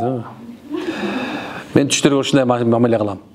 Az köp tuş degenler bana alıp salsın. Tüşlerдің бардығы тең лично кайрылыш керек. Устазга же эме кайрылыш керек, же устазга кайрылыш керек. Анын ижазасы болуш керек. Ошондой кайрылыш керек да, мына общий окуган болбойт. Макулбу, түштү мына алып коеюн, анан субханалла эметип коесуз. Саламатсыз устаз, өзүңдүн өмүрлүк жолдошуңду кантип туура тандоо керек? Менин жашым азыр 22-де, бирок эмнеди өзүмдүн оюмдагыдай адамды кездештире элекмин. Кызым, сен пока оюң эчтеке жок азыр. Сен бала элесиң азыр. Мен кызым менен тең экен, ошон үчүн айтып атам да, атка кандайга тиени дейт. Субхана ушундай. Мындай корейский сериал, турецкий сериалдагыдай болбойт жашоо. Кээ бирде субханалла бардык жана кинодогулар бардыгы тең, алар тандалып кастингден өтүп, ана мурду кырдач, көзүмө мындай сакым өткөн, мындай зыңк момда жигиттер болот да. Алар кастингден өткөн болот. Корейский сериалдагы жигиттин бардыгы тең пластический операция менен болгон. Бизде болсо момдай эркектер менеки. Мурду мондай, мына мондай. Тагында тегине сакалчан тиякта да жүрөт, машалла, ошондой болот. Кыргыздын субханалла любой эркек идеальный болуп эсептелет. Чын. Билбейм, мен туура эмес деп айтмай жок да. Жок. Ошон үчүн мындай 22-деги пока туманда эмнени каларын билбейт. Мурун мисалы менин убамда дей турган болсом, уже 18-де уже билишчи. Ким алгач келет азыр. Мектепти бүтөр менен колуна аттестат кармаар менен алгач кетип калчу. Ошолордун баардыгын жыргап, азыр 5-6 баладан сонуна жап жүрөт. Тандап жүрүп тазга жолуктук болуп, азыр силер менен тандап атасыңар. Тандап бирөөнү тип калсаң, абьюзер тип каласың да. Ошон үчүн кызым шашпай тур. Окуңду бүтүп ал, эме кыл, бирөө келет иншалла. Турат да бир мен чоң апам айтканда бир картошка мурун турат иншалла. Ушундай, чоң апам ушундай сонун киши болчу, 85-ке чыгып каза болду. Ушундай айтып берчү. Бир түйдөк чачып турат, бир картошка мурун турат, шашпа деп койчу. Ошондой эле экен, көрсөчү. Жашоо өзү. Имансыздардын өмүрү кызыктырбасын деген сөздөр менен нафсымды тыйганы аракет кылам дейт. Имансыздардын өмүрү кызыктырбасын, о туура. Убакыт өткөн сайын аябай кыйын болуп жатат. Кантип өзүм туура жолго салсам болот? Биз мындай Кыргызстанчы мындай кандай десем, баарыбыз эле мусулманбыз. Бирок бир өз мусулман деп эсептейбиз. Бирок практикалык мусулман бар, практикада жок мусулман. Мына бул жерде жоолукчанын баардыгы тең, субханалла, силер практикасыңар. Силер жашооңорго дин алып келгенсиңер. Ал эми алып келбегендер болсо, дагы деле мындай эме кылып атат. Алар дискотекада жүрөт. Жана мен баягында айттым эле мен. Бул мен Ахунбаевда турам бул жерде. Аны ошол жерде паб бар, эме эле, аты Ириш паб. Жанакы. Түнгү дискотека бар. Анан ошол жерде кээде түн келип калам, айылдан кеч келип калабыз. Ошону кирип баратканда карасаң, жап-жаш биздин кыргыз кыздар карасаң мас болуп, мушташып, тамеки чегип аткандарын көрөм. Түшө калып урушуп чабийин дейм, укугум жок. Таң аткыча кыйкырышат, ызычы болушат, бер жака өкүрүп ыйлайт, кусуп атат дегенен. Үйүмдө ошака түшүп болуп калган, ушундай кийимде отурапчы. Ушундай. Анан ошондойлордун өмүрү мындай мен үчүн кызык. Мен алар үчүн мына жоопкер катары сезем өзүмдүчү. Ошон үчүн ушундай жерде айтып алам. Ошолордун авалки мен угуп, субханалла, ошол нерседен тыйылып калар дейм. Анан азыркы мезгилде ошол жерде жоолукчандарды көрүп калып атам. Чын жоолукчандарды көрүп атам, ошого кирип аткан. Мына ойлонуп атам ошочу. Бул эмне болуп бартабыз депчи. Анан ошол себептен субханалла, биз мына сиздер кандай десем, ошолордун кылып аткан амалдары силерге жагып баштаган болсо, аузубиллахи минаш шайтанир ражим деп кутулгула. Алардын кылып аткан, жыргап аткандагы билесиңер, хадис шарифа бар. Зикр эмесинде келет, бабында келет. Ошол жерде бар. Качан кимдир бирөө дейт. Ниет бабында экен. Bir adam günah kılıp atkanı görse, baylık ber, biyilik ber, günah kılıp atkanı görüp, oşonu bir adam gör, kolunda çok adam görüp durup, eğer de mağda biyilik verirse, mağda baylık verirse, men de uşunlarda жүрмөкмүн dese, al kanday günah kılsa, ökönün günahı birдей болот экен. Eğer de kim de bir adamga baylık verilgen bolsa, uşunlar jakşı kılıp atkan bolsa, korotуп atkan bolsa, bir adam görüp, attın eğer men de olsa, men de uşundu korotmokмун dese, oşol jakşılıkta kolunda çok adam ökö bir болот. Көрүп кандай? Ошо ниетиңерде ошол жанагында имансыздык менен жүргөн, күнөө менен жүргөн мусулман адамдарды кылып аткан адамдарды көрүп алып туруп, аттиң, мен да ушуларда болсо ушинтпекмин десе, ошо күнөө менен бирдей болуп калат. Ошон үчүн дайыма айтам мен, ойлонгон оюңан абайла деген ушуреки. Анткени ойлогон оюңчу ниетке айланат да, ниет амалга айланат. Ал эми ниеттер болсо тозокко же бейишке апарат. Ошол себептен карындаштарым, эжекелерим, такыр субханалла, бирөөнүн жашоосун көрүп, мынекен томбучпагыла. Ал ошонун жыргап аткан аркасында далай куураган нерсе бар. Кээ бир адамдарчы мен мындай сүйлөштүм да, эмне үчүн сиз ушундай жаман жакка келесиз десем, бирөө айтат, анткени дейт, ушундай бир тажап кеткени менен келем дейт. Биягыма немем дейт, ата-энемде биягына эчтекем жок, кыйналып кетем дейт. Акыркы акчам чогулуп келем да, кыйкырып жүрөм, арактан кыйкырып бийлеп алам дейт. Анан ошондо мен стрессим кетип калгандай болуп калат. Бирок эртеси күнү кайра турган кайра стресс боло берем дейт да. Жок дене бир 15 мүнөт, 1 саат ошону унутайын дейм дейт да. Намазга жыгылсаң, мондо болот деп атып, бир нечесин намазга келтиргеним болду. Мындай себепкер болдум дейинчи. Намазга динге келгенден кийин машалла, салынганы дагы, эркеги дагы айтты, молдоке, мурун эле көрсөтүп койсоң эмне болот эле дегендер болду. Көрсө дин баягы спокойно эле мындай карасаң, тынч эле, эч ким ассаламу алейкум, кандай жакшысыз деп күлүп коюп жүрөбүз да. Алар үчүнчү мындай эме көрүнөт да. Бир анекдот айтып берейинби? Тозок менен бейиште тозок турат, бейиш бар экен. Бирөө ортосунда келип тур. Караса дейт, субхан, бейиштин адамдар спокойно эле мындай жүрөт дейт. Бияктарда жыргап атат, дискотека болот дейт да. Анан баягы жерден тандады, каяна киресиң десе, биягын караса спокойно, бияк что-то не окшойт дейт. Биягын жыргап тур, биякка кирейин деп тозокко кирип кетиптир да. Кирип туруп карман бар, тозокко салып кыйнап баштаганда, жанакы бийлеп атыр кайда сал, реклама болушун турбайбы? Ошолор реклама. Алардын жашоосу реклама, жыргап аткандар реклама, ар жагында куурап атат. Мисалы, байкасаң, мындай айткан чужой дом темный лес дейт турабы? Бирөөнүн үйү чытырман токой. Ошон чытырман токой дегенибиз көп убакыттарда субханалла эмнекен билбейсиз эмне үчүн болуп атканын. Ошон алардын жашоолору сиздерге кызыктырбасын. Бизди кызыктырып турган өзүбүздүн жашообуз, иманыбыз, ахиретибиз. Бул дүйнө биз үчүн түрмө сыяктуу. Бул дүйнө биз үчүн түрмө сыяктуу. Биз бул дүйнөдө кичинекей нерсе, биякка бассаң арам, биякка бассаң арам, биякка бассаң күнөө, биякка бассаң кылгаң болбойт. Ошентип ортодо жүрүп жашап өтөбүз, бирок иншалла бейиште жыргайбыз. Ал эми капырлар үчүн, имансыз үчүн, ошол эле имандан алыс болгон адамдар үчүн бул дүйнө субхана бейиш, бир ахиретте тозок болуп эсептелет. Алар үчүн бул дүйнө бейиш. Ушундай. Ассаламу алейкум устаз, мен буюрса ушул жазда 30га чыгамын. Кудайым буйрса, бирок турмушка чыга элекмин. Буюрса чыгаса иншалла. Оюма жаман ойлор келе берет. Мисалы, менде кара дуба бар деп көп башым ооруйт. Докторга текшерилсем баары тең таза чыга берет.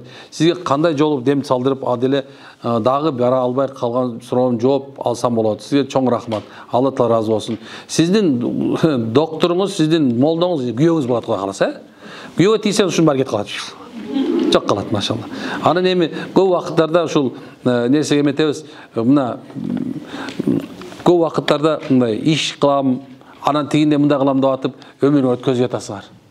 Мен баягы бир сабак чыгарып койсом, аябай катуу мындай эме болот. Ошондо айттым эле, кыздарга мындай күмүш сырга кылып дагы айтып коеюнчу. Эмне үчүн шариятыбызда 3 нерсеге шашылгы деп айтат. Биринчиси, эгер бир адам өтүп кетсе, жаназага шашылыш керек. Эгерде бирөө конок келсе, аны коноктогонго шашыш керек. Үчүнчүсү, кыз эркек бойго жетсе, бирөөнү аялап бергенге, бирөөнү кызды турмушка бергенге шашылыш керек. Шашыш керек деген нерсеби, мынакей, ушу 3 нерсе шашылат экенбиз. Эми ошол мезгилде мына ушул шашыш керек деген нерсени, пока сен даяр эмессиң, сен мындай иштеп алышың керек, сен дагы жер жүзүн көрө элексиң, эл журтту көрүп алышың керек деп атып, мынакей ушул чоң сүннөттү калтырган себебинен көп адамдар мынекен мындай бир эме кылды, жашоодон адашып калды. Көп нерсе субхана жашоодо мындай бир жакшылыкты көрбөй баштады. Анан көп кыздар болсо, ата-энесине жардам берем, карындаш сиңдилерине жардам берем, бир туугандарына жардам берем деп атып, оокат кылып атып, субханалла 30га 40ка чыгып кетти, турмушка чыкпай. Эми карасаң, ошо жардам берген сиңдиңе кереги жок экенсиң, ал сиңдиң турмушка чыгып кетти, бирөөнүн коюнуна кирип кетти. Иниңе керегиң жок экенсиң, иниң аял алдыда бирөөнүн коюнуна кирип кетти. Ата-энең болсо субхан өз алдынча жашоосу менен небересин кучактап калды. Сен эч кимге керегиң жоксуң. Сен эмне мындай айтканда алдап солдоп күчүң алынды, эми сен турмушкарда эми элдин баары жаман көрөт сени. Сен турмушка чыкпайсың, сен тигинтпейсиң, ушинтип жүрүп өтүп кетесиңби? Карадалы болуп бүтмөк болдуң, деген качан жоголосуң? Ушуну угуп атасың туурабы кээ бирлер? Эмне үчүн антылат? Анткени себеп субханалла, сен туура эмес, башында эле туура эмес тандоону тандады. Эгерде кимден сүннөт, дин жолун тандаган болсочу, турмушка чыгып кетет. Амне жол тандайт ал. Менин бактым бул эне болушта экен, аял болушта экен, бала болушта экен, мындай бала багышта экен. Ошо мындай үйүбүздүн, бир үйдүн жанагындай бир оорчулугун көтөрүп, бир onu күйөөсүнө келген жаманчылыкта да ыраазы болуп, жакшылыгына да ыраазы болуп, ушундай очор-бачар болуп, жаман эр болуп калсаң жакшы кылганга, жакшы эр болсоң падыша кылганга аракет кылып жашоо керек экен. Тагдыр эми билбейсиң. Кимге канчалык болуп калган? Бирөөнө 1 эр, бирөөнө 2 эр, 3 эр билбейт экенсиң да, тагдырга ким эмне жазып койду. Бирок ошондой дейин деген нерсе болуш керек экен. Эмне экен? Шашылып, субханалла кыздарга берүүгө аракет кылыш керек экен, машалла. Алла ыраазы болсун. Так, азыр сиздерге эме бар экен. Biraz kişine kofe veretken, hani kofeden in gayrılantalım. Makılsızlar mı? Asırda oku alsanızlar bulat ki maşallah. Allah razı olsun. Bu sözde. Biroq uşul jerge gelgenimizge men esi öküngön jokmun. Birinci emri üçünden uşunca ıhlas menen bir tınbay gözüңөрдү 20 uyg'u atqanга men demek subhanallah biz dagı dile bolsa imanga muhtaç ekenbiz de oylanyp koydum da. Maşallah Allah razı olsun. Hani egerde mınдай kebir sözдөр men odona сүйлөбөй турган болсом, кебирине урушуп отурган болсом көңүл албайсыздар, макулбу? Колдон келсе кечирим сурайбыз. Анткени biz öz ilimiz ötö az болгон себептен билишимче канча билсем ошончо жооп берүүгө аракет кылып атам. Илим өз ичинде экен, өмүр бою талап илим болуп өтөт экенбиз, өмүр бою илим талап кылып өткөнбүз. Мындай деңгел уже чоңойгон сайын, деңгел башка болгон сайын анан суроо талап да бөлөк болуп баштайт экен. Ошол себептен баарына Аллах разы болсун. Уюштурганыңыздан Аллах разы болсун да. Анан акырында катуу эле чаба берсеңер де болот, буларга эчтеке болбойт. Анан чапканга болбойт экен деген нерсе бар. Анан мага чаппай эле койсоңуздар болот. Алла разы болсун. Алхамдулилlah. Демек анда Кудай буйрса экинчисин баштай берели. Бул кыздардын азыр эме биякта болуп суроолордун баарын эми эгерде чыдайм десеңиздер баарына жооп берейин. Эгерде чыдабайм десеңиздер мен мындай жартысына жооп берейин. Аны саат 6-га чейин деп аттыңыздар. 6-га чейин экен. 6-да чыгып кетишибиз керек бияктан. Анда жарым саат жооп берели. Анан жарым сааттын иш чараңар бар белектери бар экен, эмелери бар экен, ошолорду бүтүрүп, анан аз көрбөңүздөр, болбой эле 3 сааттан бери сүйлөп атабыз. Анан колдон келишинче, макулбу? Ошондой. Анда суроолорго балдарды ыйлатпаңыздар, машалла. Бала деген бакыт. Alhamdulillah ve salatu ve selamu ala Rasulillah. Alhamdulillah. Alhamdulillah illadi hadani iman ve islam ve da'ana bi kitabil Kur'an ve darus salam ve ja'ala min ümmeti Muhammedin aleyhi salatu ve selam. Huvallazi dallan nasa ala dinil islam. Eşhedü en la ilahe illallah vahdehu la şerike lehu ve mu'al muslim. Assalamu aleykum ustaz. Menin suroom tuura emes boluşu mümkün. Zina kılıp anı bolachak joldoşuga aytуу zarılbı. Жолга келүү менен тилегимде оюмда бар. Бирок болочокто жумушту ойлоп, тырмак кирпик жасатуу мени көбүрөөк басып алып атат. Ошо бир советче өзүңүз оюңузду айта аласызбы? Жолга келүү менин тилегимде. Машалла. Ушул мен баарынан да ушундай бир адамдардын мындай оюн, мындай дайыма айтам, менен сүйлөшкөнүңөрдө өзүңдүн оюң кандай деп сурайм да. Силердин оюңуздар мен үчүн маанилүү. Мен керек болсо балдар менен сүйлөшкөндө эле мындай бир карап сен оюң кандай, өзүң ушул жерде эмне деп ойлойсуң деп айтам да. Анткени себеп ар бир адам өзү мусулман, өзү жана айткандай кандай десем, жашоодо жөнөкөй жашоо керек деген сөздү айтам да. Мындай кысылып, сыгылып, анан кийин баягы ушундай жашоо өз мусулман жашоосу эмес. Бөтөнчө мисалы биз Кыргызстандабыз да. Анан Кыргызстанда болуп туруп мындай мусулман мамлекетинде болуп туруп, мусулман көпчүлүк мусулман жашаган жерде жоолукчан жүрүп, кысылып жүргөндөрдү көрүп алып мен аябай эме кылам да, мындай таң кала берем да, эмне үчүн мынтет депчи, комплекс айтат, жоолук салынып койсоң урушат деп айтат. Жок, андай эмес, субханалла. Биз өзү башынан эле ушу атабыз салынып келген, атабыз кылып келген жерде эмне үчүн кысылышыбыз керек? Биз мында тескерисинче мында гордо басышыбыз керек да, мен мусулманкамын, мен мусулман мамлекетте жүрөм, өзүмдүн жеримде жүрөм. Кааласам төбөмөн басам деш керек да. Анткени бул биздин ушундай, биздин жерибиз, өзүнүн элибиз, ушундай нерсе да. Ошон үчүн мында өзүңөрдүн оюңарды, пикириңерди, өзүңөрдүн диниңерди кармагандан кысылып уялбаш керек да. Бул нерсе мындай кененирээк басканга үйрөнгүлө, кененирээк жашаганга үйрөнгүлө. Мисалы адамдар азыр бирөө урушат, бирөө тигинтет, бирөөнүн ою менен дин кармалбайт негизичи. Бизге бул катыгый деп коет, мындай неоспоримый доказательстволорубуз бар да, бул биздин Кураныбыз жана сүннөтүбүз. Ал жерде айтылган. Ошон үчүн дин тутууда субханалла бирөөнүн ою каралбайт. Биз Алланын оюн карайбыз. Ошондой эле өзүңдүн да оюңду, пикириңди мынчалык ойлонбош керек да, мынчалык ойлонуш керек да. Мынчалык тилек болбош керек, момчалык тилек болуш керек да. Мисалы бүгүнкү мен жашагымды деп айтабыз, бирок дайыма 100 жылга планды коюп койгула деп айтабыз да. 100 жылга койгула пландычы. Ушундай нерсе да. Эч качан мындай кысылып, тыгылып анан бир жерде мындай жашоонду бул өзү жакшы жашоо эмес. Мусулмандарга Алла Таала боштондук берген да. Биз эч кимге зыян келтирбейбиз. Чын. Мусулман аялды, эркекти эч кимге зыян келтирбейт. Бирок субханалла, мындай десем, жашоодо биз мындай өзүбүздүн оюбуз менен эмес, динибиз бизге жеңилдик берген да. Анткени Алла Таала айтат: "Ла юкаллифу нафсан илля усаха." Биз силер оор боло турган, силер көтөрө албай турган дин берген жокпуз дейт. Биздин динибиз өтө жеңил. Бардык жагынан төп келишкен. Алла Таала алям акмалу динукум дейт. Бүгүн силердин диниңер толук кылдым. Биздин динибиз толук. Ошондой. Ошон үчүн өзүңөрдүн пикириңерди айтканды, өзүңөрдүн сөзүңөрдү айтканды, өзүң ойлогон нерсени кылганды дин шариаттын чегинде эч качан уялбаңыздар. Макулбу? Машалла. Такыр уялбаңыздар, субханалла. Дин болду. Өкүм болду, машалла. Демек, сиздин тилегиңиз бар экен. Демек, субхан жолук болгон тилегиңиз бар экен. Бул жакшы. Эми сиздин иштеп аткан ишиңиз, мисалы ошо тырмак жасоо, кирип жасоо болгон болсо, мен баян чөрөк бир карындашыма айттым, айтарзыма токтотту дагы, эртеси күнү соода кылганга өтүп аптыр да. Анан келип турсаңыз, мен соода кылсам, соодан болбойт деп, бираз сабыр кылып туруңуз дедим, бираз сабыр кылып туруңуз, иншалла. Алла ачып берет дедик. Кудай Таала мына ачып берет, иншалла. Ушундай да, мына бир харам нерсени чытай турган болсокчу, бир харам нерсе, жоксо динибизге туура келбеген нерсени чытай турган болсок, иншалла, ошонун аркасынан Алланын көрүнбөгөн жардамы келет. Бул Алла Тааланын өзүнүн уадасы да, силердин кадамдарыңар бекем кылам дейт Алла Таала. Ошол эмесде силер ойлогон жерден рызык берем деп айтат. Силер күтпөгөн жерде дагы бир акылыңар жетпейт дейт, мен бере турган нерсе. Дагы бир Алла Таала биз мен берген жакшылыктарды санап эсептеп бүтө албайсыңар дейт. Мындай көрсө, бирок бир эле шарт коюлганда, сенден менден бир шаг керек алдыгачы. Сенден менден динге болгон бир кадам керек. Жана хадис кудусун айттым го, ким мени көздөйт да, мен диним үчүн дейт да, мына бир каршыла турган, бир чыканак жамды Алла айтып атпайбы? Ким бир чыканак бир Алла бир каршы. Алла ким басса Алла Таала уча турган айтып атат, өзү айтып атат да. Демек карасаң кандай нерсе? Алланын жардамы сен менен, мени менен унутпаш керек. Алла Таала ушундай пендесин жакшы көрөт, өзүнө жакындаган.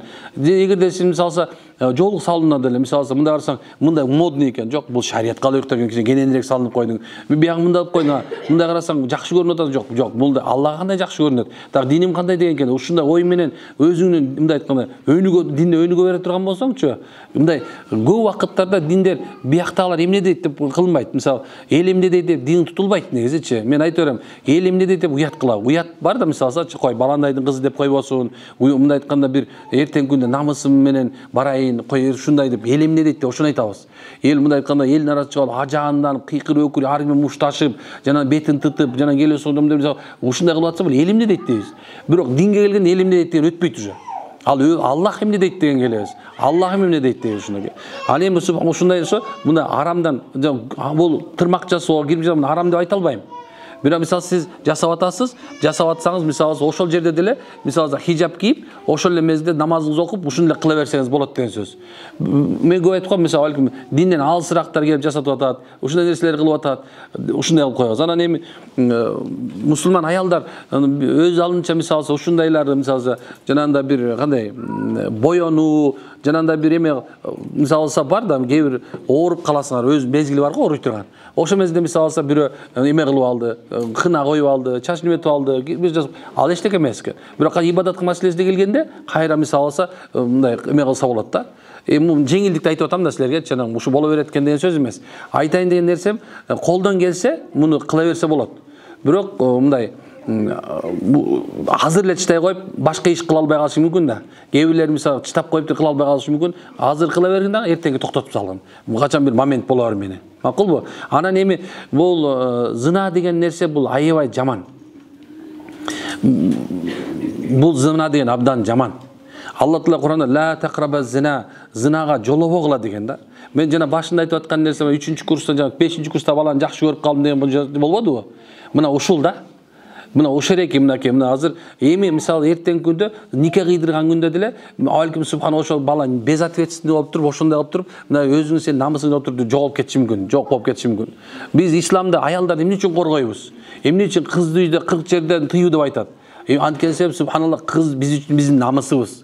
Мен эркектерге деле айтам да, өзүңүн эркек киши кызганыш керек дейшет да, кызганыш керек. Дайыстар бейишке кирбейт дегенде, ал жеке эле өз аялы жөнүндө айтылган жок. Ал жерде сен некен өзүң энеңди кызганышың керек. Өзүңнүн карындашыңды кызганышың керек. Өзүңнүн субханалла мындай айтканда бир тууган акылды болгон бардык аял затына кызганыш керек деген сөздү айтабыз. Эмне үчүн? Ошол эгерде өзүң аялыңды кызганып, бирок карындашыңды кызганбай бирөө менен жүрүп кетсе, же болбосо бирөө менен жүрүп, ошол эркек бейишке кирбейт. Мына ошол атасы бейишке кирбейт, анткени кызын кызганган жок, каткан жок, жашырган жок деген сөз да. Ушундай нерсе. Эми мында болуп калган эми эгерде бардыгы башында ак болсун, так болсун десе, субханалла, эмнекен айтып койгон жакшыраак болуп эсептелет. Анан көчөгүн чөрөк бир байкелер менен сүйлөшүп отуруп, аябай катуу тема болду бул жөнүндө. Бир айтайын деген нерсем ушу, айтып эле койгон жакшы экен. Башынан элечи, эми болор болуптур, эмне кылабыз? Жаңылмаган ким бар экен? Жаңылыпсыз. Эми субханалла, бул да күн бүтөт. Аны эгерде ошол нерсе макул болсо, сиз жакшы көрүп калган болсо, анда макул эле болот. Бирок бир жаман жери бар экен, көп убакыттарда эркектер бир күнү болсо, бир күнү айтылбай турган сөз эле айтылып кетти өзү эле деп, акырып үйгө бир нерсени айтат экен да. Ошол себептен субхана, эгерде ушул нерсе көңүл бурбас, айтпай да койсо жакшы болот. Бирок колдон келишинче эмнекен ушул нерсени мындай азыр мен айтса да болот, айтпаса да болот десем, отуруп калган эмне болуп атат депчи, эмне кылайын деп атат депчи, мисалы сурап атканчы. Субханалла, көп убакыттарда эгерде мындай сиз менен откровенно сүйлөшүп калса, ушундай жөнүндө сүйлөп калган болсо, анда эмнекен ошо айтып эле жашоону куруп кеткенге аракет кылыңыз. Эгерде эч нерсе сурабай турган болсо, ушул эме кылбай турган болсо, айтпай эле тие бериңиз. Макулбу? Ушундай. Ассалам устаз, сизден Аллах разы болсун. Менин суроом, намазда Фатиха сүрөдөн кийин канча сүрө кошуп окуса болот? Фатихадан кийин зам сүрөгө, мисалы, эң азында 3 аяттык болуш керек. 3 аяттык сүрө болуш керек. Ал эми субхан узунунда болсо, мисалы алса, Бакарадан баштайсыз, Алиф Ламдан баштап, Кул аузу бир наска чейин окусаңыз да боло берет.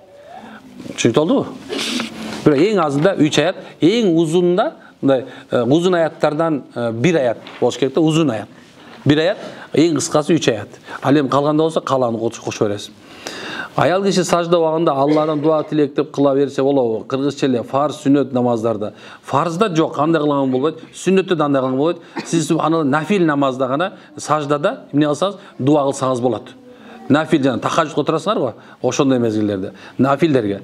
Жолдошум менен 2 жолго түштүк эле, бирок ал менин эмгегим менен келген үйдө жашайт. Мен чыгып кеттим эле. 4 жыл болду. Муфтият ушул маселени чечип бере алабы? Документ түшүндүрүндө өзүн которуп алган. Жок, муфтият руханият, мындай айтканда казылык кылбайт, аяк. Руханий устаздар болуп эсептейт. Ошон биздин субхана аякка барганда сиз муну мындай муфтият чечип бере албайт. Колдон келсе субханалла ошо күйөөңүз менен чечишке аракет кылышыңыз керек. Анан эми кандай десем, ушул эми эмгек деген ушундай.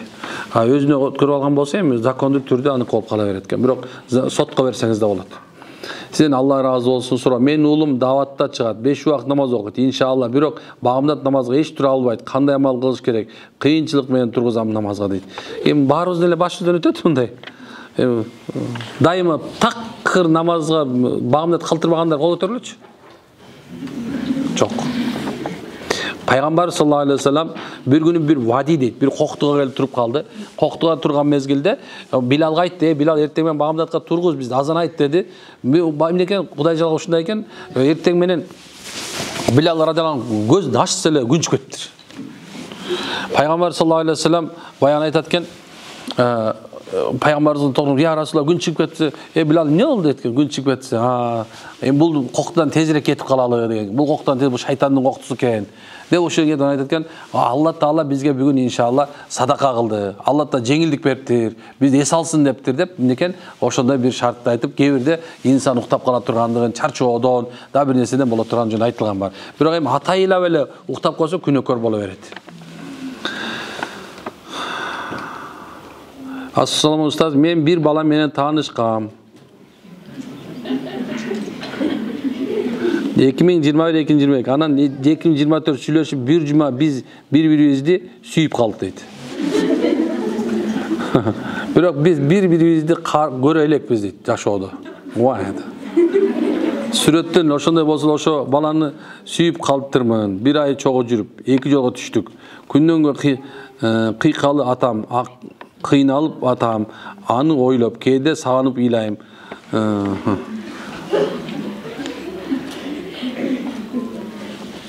Ustaz, emне kılsam, совет бериңизчи.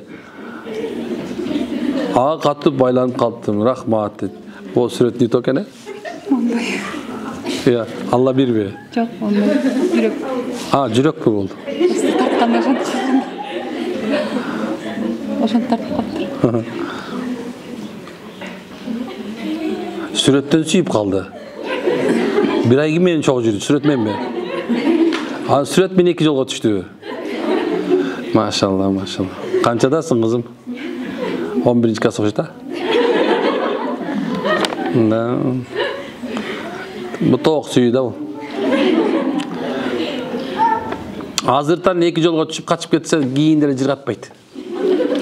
Так что не волновайся. Чоң апам айткандай. Асман устаз, Аллахым сизден разы болсун. Талим бул нурайни амал дейт. Алла тааланы улуктап, жерде дуалар сөз кабыл болот дейт го. Жолдош Мөкөз 6 кызыбыз бар. Аллага чек шүгүр. Сизден сураган биздин үй-бүлө салih, таква силер сыяктуу Аллага жаккан сүйүктүү пайгамбарыбызга таттуу үммөт болуучу, уул перзенти болуучуга дуа алып коюңузчу. Бул шүгүрсүздүк да.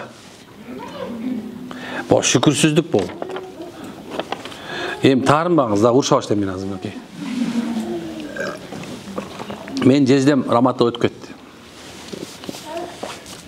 Анан 4 кызы бар. Бирок ушу жездемдин бир да жол мен эркек балам жок деп айтканын көргөн жокмун. Анан мен бул кызык бияк эмес. Кызык ушуреки жездем каза болгондо болсо. Жездем каза болду. 4 күйөө баласы Кудайга шүгүр жакшы чыккан. 4 күйөө баласы ушунда мен жездем да. Мен казандын түйүнү жоготпой койбоду. Отур мына жерде отур мына болду. Тамаң ич, Куран окуп кет деди. Мен аябай разы болгон нерсем, өзүм да дайыма айта берем мен. 27 жыл болду имамчылык кылганыма. 96-жыл имам болгом. Ошол жылдан ушул жылга чейин мисал алсам мен ушул бир 2-чи, 3-чү эле жерде көргөн күйөө балдар. Бирок бир да жерде мында бир ушундайды көргөн эмесмин. Кээ бирде эркек балдар 10 эркек баласы барды көрүп атам. 10 эркек балдардан. Бирок 10-10 бир жыргал көрүнгөн эмес да. 10 мисалы 10 бөлөк кетип калган, 10 аял менен кетип калган, ата-эне жолдо калып калган. Пайгамбар саллаллаху алейхи вассалам үйгө бир кыз келсе, Алланын пайгамбардын салам салаваты келет. 6 кыз, 6 Алланын салам салаваты. Пайгамбар саллаллаху алейхи вассалам бир баланы тарбиялап, бир эркек баланы тарбиялап, анан кийин субханалла ушундай бир жакшы турмушка салсаң, анан бейишке киресиң деген эмес. Пайгамбар саллаллаху алейхи вассалам ким 3 кызды болсо, жакшы тарбияласа, ошолордун субханалла некен жакшы тарбияласа бейишке кирет деген ата-энеси. Ода бар. Ярасы 2 болсочу, 2 болсо да, ярасы 1 болсочу, 1 болсо да, бир кызың болсо да. Анан дагы бир нерсе, дагы бир эмеси, эркек бала табытты мүрзөгө чейин көтөрүп барганга чейин. Аны эркектин аты калыш үчүн. Бирок кыз киши бейиштин эшигинин алдында күтүп алат. Тозоктун эшигинин алдын дейт, мисалы тозоктун эшиги 1000 жылдык экен, 1000 жылдык экен. Мындай километр эмес, 1000 жыл экен. Адам мисалы өсүң бассаң, 1000 жыл басканда кандай болсо, ошондой узактыкта экен. Өйдү жагы күн чыгыш менен күн батышта экен, чоңдугу. Күн чыгыш менен күн батышта бияктан батып, бияктан батып ушундай эмес. Авалги субханалла жер кандай айланып аткан болсо ошундай. Ошол жерге адамдар тозокко адамдар келген жана кой баарыбыз айылданбыз. Койду айдаганда баягы эшиктин алдына тыгылат го. Тыгылып батпай калган убактан көргөнсүңөрбү? Мына ошондой болуп адамдар тозокко тыгылат экен. Эшигине батпай калат экен. Мына ошол мезгилде кыз киши субханалла ата-энесин тозоктун эшине туруп, "Я Алла, бул ата-энемди сен бейишке киргизмейин" дейт. Мен разы болбойм деп турат экен. Алла ошо кыздын шапаатын кабыл кылат экен. Ошол себептен мен дуа кылам иншалла. Аллам берсин дагы бир төрөп койсоңуз маткерени болуп каласыз балким иншалла. 7-чиси кылып бир эркек төрөп койсоңуз. Ошо бирок деген мында болот да, бир аксакалдын окуясын айтат. Билесиздер, Чубак ажыке бул окуя жазылып келген. чубак ажекебизге бирөө келип, ушундай бир көп эркек балдар бар. Анан бирок жалгыз кызы болуп, ошол жалгыз кызын кордогон атасы. Бирок акырында ошо 7-6 баласын 6 жакка кетип, акырында карганда атасын ошол жалгыз кызы багып күйөөгө тие албай атам, атамды таштап кетсем ким багат дегенди суранып калсаңар, Мына ошондойлор дагы бар. Мен өз көзүм менен көргөм мындайды. Мында 5 мында бир бала эң акырында күтүп алып ошонтип эле, "О, маленький принц, менин үйүмдүн принци" деп баягы кыздардын баарын бияка түртүп, "О, принц өмүр бою принц болуп калып, алкаш болуп кеткендер толтура." Принц дагы эле принц. Эми ата мурун болсо, ата энеси алып келген нерсени бакса, багып жүргөн болсо, эми деген карган убакытта ата энесинин пенсиясын соруп отурган эркектер, принцтер толтура азыр. Ошон үчүн субханалла, эмнекен шүгүр кылгыла, машалла. Шүгүр кылгыла. Кыз болсо шүгүр, эркек болсо да шүгүр. Бербей койсо анысы да шүгүр. Анткени Алла айтат Кур'андачы, биз кааласак кыз беребиз, кааласак эркек беребиз, кааласак кыз эркек беребиз, кааласак бербей коебуз дейт. Ассаламу алейкум. Урматтуу устаз, Алла кантип аябай жакындаса болот. 5 убак намазын толук окуйм, тахажжуд намазын дагы туруп суранам. Бирок кээ бир дуаларым кабыл болбой жатат. Үйдө менден башка баары диндар жана жинди суу бар үйдө, ошол үчүн кабыл болбойбу дейт. Дуа башка кабыл жатат. Үйдө менден башкасы баары диндар.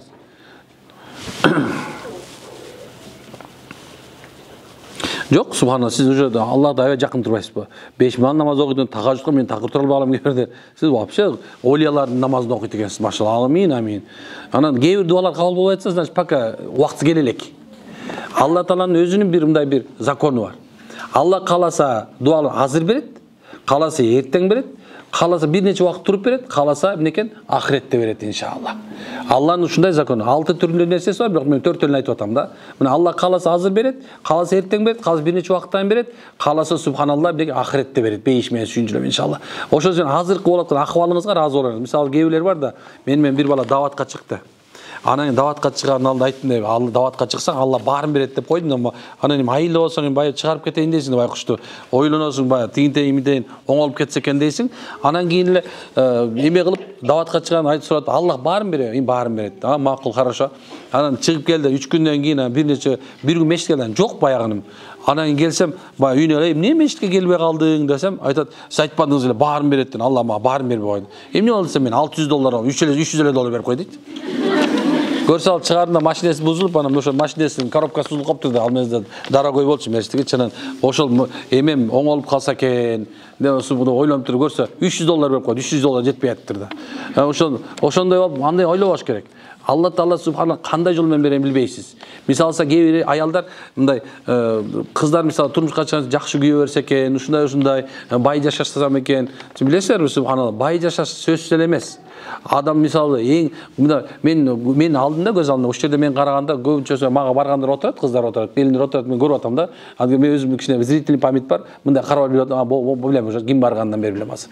Просто деген айтайын деген нерсем, мына көп адамдар бай, бирок ден соолук жок. Бай, бирок үйүндө тынччылык жок. Бай, бирок бала жок. Бай, бирок субханалла эмнекен душманы көп. Бул адамга субханалла байлык негизи биринчи эмес. Ошол себептен муну мындай приоритет катары алдыга койбогула. Эң биринчи кое турганыбыз бул ыйманыбызды биринчи орунга коюшубуз керек. Экинчи ден соолугубузду коюш керек. Үчүнчүсү субхан тынчтыгыбызды алдыга коюшубуз керек. Тынчтык. Мына ушу 3 нерсе бар болсо, пайгамбардын хадисинде, эгер эртең менен турсаң, сен жей турган бир аз тамагың болсо, жаныңда балаң турса, аялың тура турган болсо, сыртта согуш болбосо, мына ошол бактылуулук болуп эсептелет. Ушул нерсени күткүлө. Ушул нерсе болсо экен дегиле. Тынчтыкты күткүлө. Ал эми дүйнө бул колдун кири. Кыргызда сөз бар да, байлык дейт, бул мээнет жалпак, дөөлөт тоголок дейт. Мээнет кылып атып, субханалла, байлык табышың мүмкүн, дөөлөткө жетишиң мүмкүн. Бирок ошол тоголок деген нерсесичи бир күнү тоголом түшүп калышы мүмкүн нерсе. Ал адамдын колунда кир сыяктуу. Ага маани бербеш керек. Ошого катуу маани бербеген себебиненчи биз азыр ыйманда жашап бактысыз болуп атабыз. Билет атасыздар. Байлыкты биринчи орунга коюп салганбыз. Ошол болсо эле мында болду. Мен бактылуум жок, андай эмес. Андан такыр чыгыш керек. Биздин байлыгыбыз бар уже. Биздин байлыгыбыз, биздин намазыбыз, биздин ден соолугубуз, биздин ата-энебиз.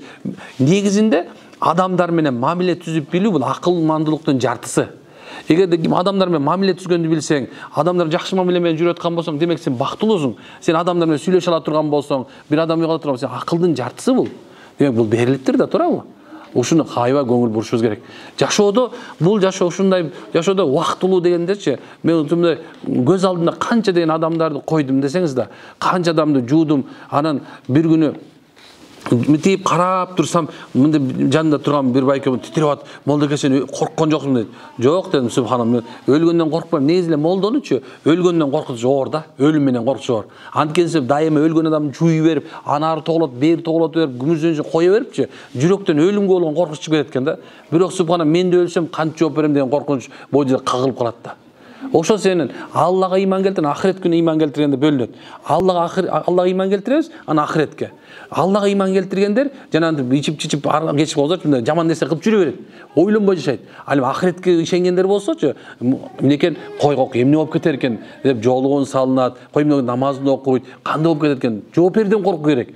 Бул дүйнөдөгү жашоодон коркпоо, мисалы, Кудай Таала мисалы бүгүн байлык берип алып коюшу мүмкүн, ден соолук берип субханалла аны алып коюшу мүмкүн, оорутуп кайра шифа берип коюшу мүмкүн, бала берип баланын баласын берип коюшу мүмкүн, туурабы? Бул проблемалардын баардыгын мындай земной деп коет го, жерде бытауха, азыркы мезгилде болуп аткан эле нерселер. Бирок мунун баары тең бүтөт, анан эртеңки күндө субханалла эң чоң проблема келет, ыйманыңды жөнүндө сурак келген мезгилде кандай кыларыңды билбей каласың. Мына ошол эле, бул дүйнөнүн проблемасын проблема катары көрбөйлү, машалла. Үйдөн ийне таап алдык, 2 ийне, эмне кылсак болот?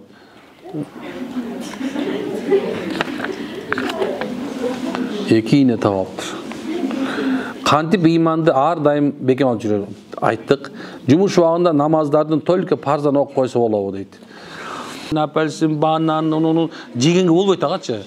Ошону монда сал түрү кезинде мындай оорубаса апарбайсызданчы. Аны ошонун баарын больницага апарып алып, алып туруп, анан кандайсың деп сурап коебуз го, өлөйүн деп атырсыңчы. Анан тигиде уялбайт, жакшы деп коет го. Ошондо отургандан сурган өлүп кетебиз. Ошон үчүн мындай өзүңөрдө азыртан эле ден соолук карап, негизи караш керек экен, машалла. Экинчи суроом, жүрөгүмдө бир кара так тургансып кыйнала берем. Өлүп калам деген ой мени жеп бүттү. Жашоодо мурдагыдай рахат албай калдым. Кеминге бар сизге дем салып айткам, көз түйүк карадоо жок экен. Ушул оору менен Аллага жакындатты, намазымды өз убагында окуп, кыйбат кылбай калдым. Бирок панический атака эмне кылсам болот? Өлсөм кабырдан корком, ошого паника боло берем дейт. Эми коркпой эле калыңыз иншалла. Значит, бизге барган турбайсыз. Кеминде силер биз жүрөчү. Демек, сизде жана айтканда бул сиз мындай психологический жабыр кадыңыз уже. Эми буга эмне кылыш керек? Буга эс алыш керек бираз. Бираз субханалла сиздин күйөөңүздүн жакшы мамилеси керек азыр. Жакшы сөз жылаанды ийинден чыгарат деп коет го. Ошондой эле эми сизге субханалла жакшы сөз керек. Мен ушу байкеме жездеме айтмакмын, ошо эгерде мени уга турган болсочу, ушу жеңеме субханалла күнүгө 1-2ден гүл, машалла акырын эме кылып, сендей болбойт, сен мага ушундай керексиң деген жакшы сөздөрдү айтып, иншалла эмне кылса, мындай бир өз айыктырып койсо болот да, молдо солдо, анан тияка бар антидепрессант ичип атат. Эркекке, аялга негизи эркектен өткөн антидепрессант жок. Ошон үчүн субханалла күйөөлөрүңөргө мындай нерв болот эле, башынан сылай баса мыйда отуруп калат, машалла. Силерге болсо кичине жакшы бир белек кылып койсо, ордуна келип калат деген ойдомун иншалла. Алла разы болсун. Эми кичине